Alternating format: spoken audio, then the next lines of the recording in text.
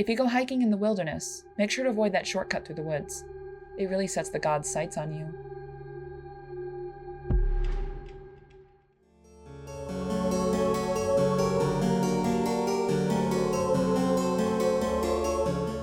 What's going on, guys? It's your BFF Snowy Oreo 663 here, right now, and for day 4 of the Scare-A-Thon, we have the first film so far that I've seen before. It's The Ritual from 2017. This has officially weaseled its way into my top 20 favorite films of all time, and I just really wanted to talk about this one with you guys. It's a Netflix original, so you've got pretty easy access to it. But anyways, I'm hoping to get the word out about this seriously underrated horror gem. I'll start with a brief synopsis, go in my thoughts, and then dive into spoiler territory with a full summary. Ready? Let's go.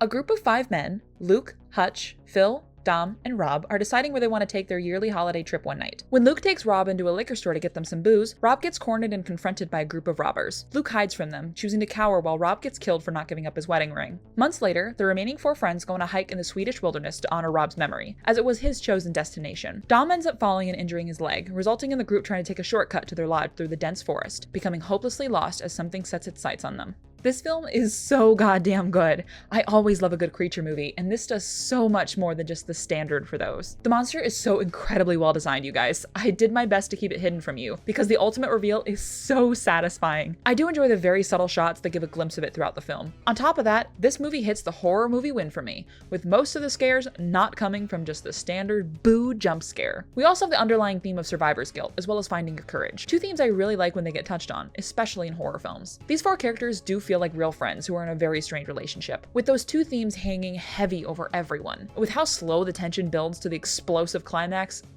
perfection. Now we'll get a little deeper into the plot and into some spoilers. If you want to skip, head to this time. Ready? 3, 2, 1, boom. Finding an abandoned cabin in the forest, the men decide to stay for the night. Luke is awoken by a bright light. He goes outside and has PTSD flashbacks before being attacked by something that leaves a wound on his chest. Inside, Hutch has pissed his pants, Dom is screaming his wife's name, and Phil is naked, mindlessly praying to an effigy in the attic. The group continues walking in the woods and get even more turned around. Dom gets pissy and lets out all his frustrations on Luke, blaming him for Rob's death and for being a coward. That night in their tents, Luke has more PTSD flashbacks when Hutch is torn from his tent and is heard screaming in the woods. In a panic to find him, the 3 remaining men run into the woods, losing their equipment at their camp when they get lost again. They spot Hutch gutted in the trees the next morning, haphazardly burying him in sticks and continuing on. Luke becomes the de facto leader as he tries to get the other 2 to press onwards. Phil gets attacked that night and dragged away by the creature they keep hearing. Luke and Dom have a little bro moment before attempting to flee, running past Phil's gutted body and following a path to another cabin. The 2 are knocked out and wake up chained in the attic. An old woman comes in and reveals that she has a similar mark on her chest that Luke has,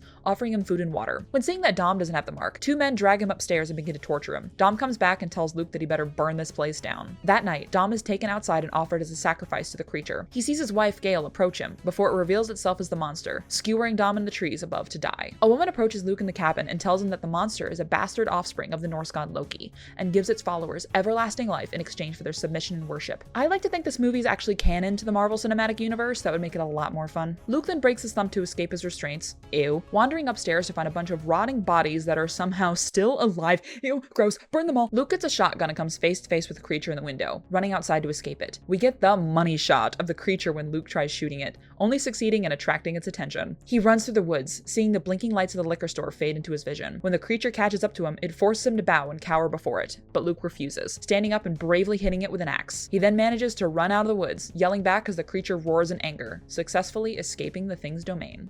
Holy hell, what a goddamn movie. I really love the themes here, as I said before. The constant reoccurring imagery of the liquor store coming back to Luke as a reminder of his struggles with bravery is so well done, and it creates a very vivid setting against this dark exterior of the woods. I actually watched this movie with a, at the time, friend who was Norse pagan, and they gave a lot of great context for this. All the runes shown do translate to summoning rituals and protection spells. The bravery aspect is also intertwined into Norse culture. You must always show your courage, as the gods favor those who do not cower and do not submit. And do I even need to talk about the monster? I think not. It speaks for itself. Holy hell. Giving this one 4.5 out of 5 stars. Please watch this one for the love of everything. Thanks so much for watching my video. As for tomorrow's movie, I need to tune into a broadcast of my favorite late night show from the 70s. Here's hoping that something evil doesn't get summoned tonight. Bye!